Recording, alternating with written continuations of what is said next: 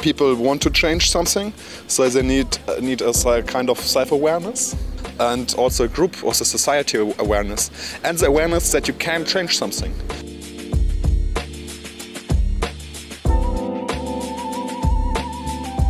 Philosophy should open more to the people and should also take more importance in daily life, in work and so on.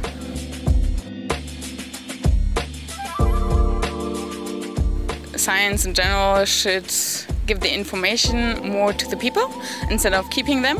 I think that's the main problem, that they don't spread the knowledge. If it's possible to transform the results of scientific research into politic action, then there's a big possibility to change a lot.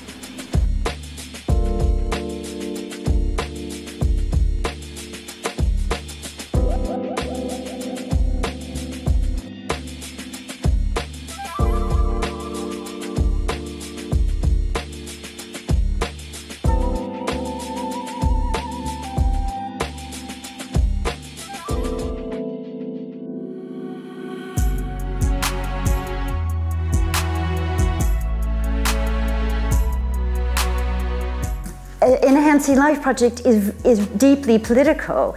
I might just be talking about concepts as a philosopher, but you wouldn't want to think about new concepts if they didn't connect with real life political situations.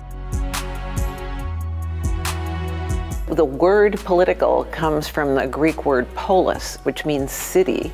And yes, we're thinking about how to live together in the polis.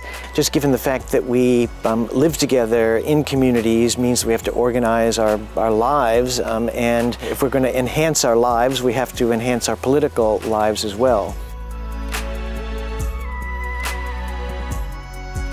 In this world of divisions, we're very polarized around our political parties, and we're forgetting that there's much more that connects us than divides us. I think part of the work that we need to do as a project is finding a language to talk with the political arena and the medical arena and the scientific arena and the theological arena and so on and so on.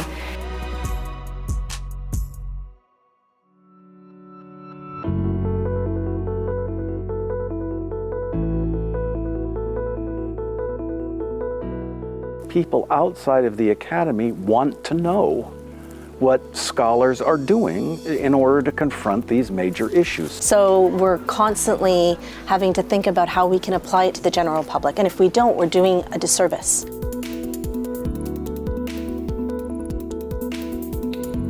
Academics, theoreticians should also try to dirty their hands, maybe, and see if they can make a difference.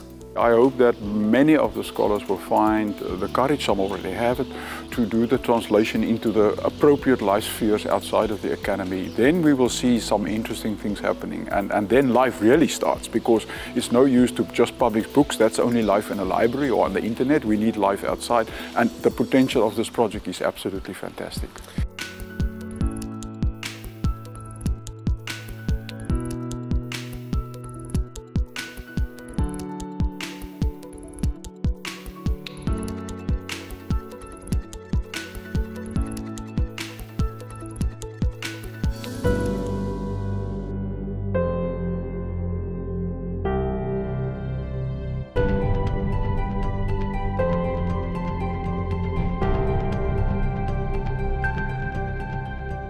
You have certain problems in real life, and then you take a look at who is working on these problems. Human sciences have a perspective, natural scientists have a perspective, theologians have a perspective, and then it gets intriguing and interesting.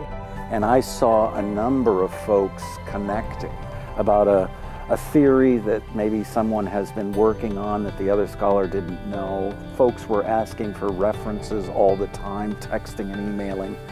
And we saw it here in Berlin at Liebenberg Castle, that there was really something going on. Someone said last year, keep the fire alive.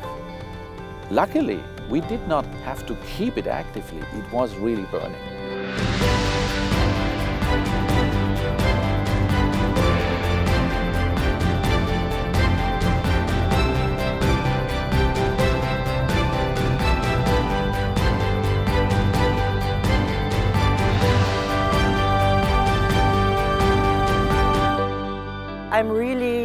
lifted because I met several people last year, and I know who will be very good for my own work with whom I can engage, and I learned from those who are further away from my own research. They really open up new worlds for me.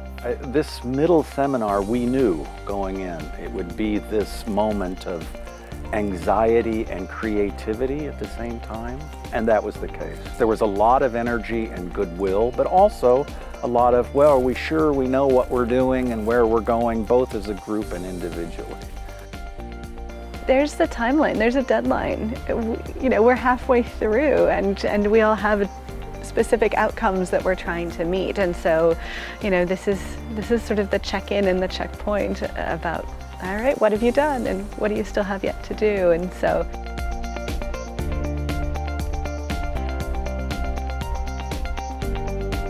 as a physician, I so rarely get to sit next to theologians and biblical scholars and social scientists.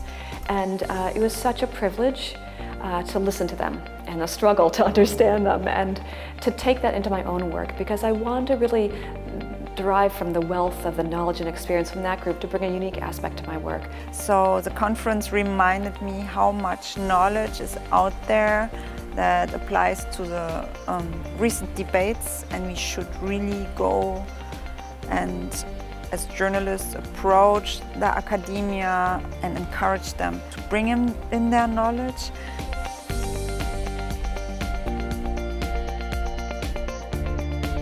There's some unpredictability, but there's real evidence that we are on a good way, that we are moving into the right direction. So we'll see what Enhancing Life studies will look in a couple of years, and we'll see next year what actually came out of this productive tension of searching for enhancing life as a frame and working with it, and the scholarly work in the various fields.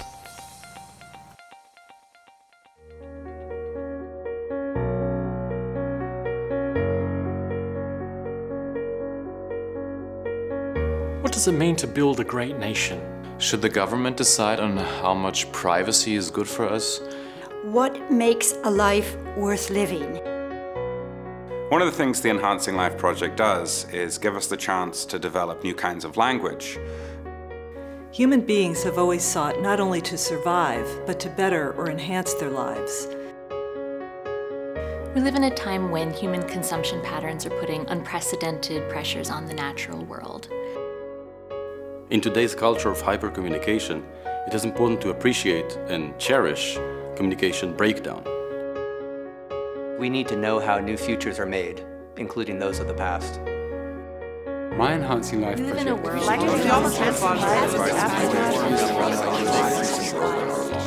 So what should we do next?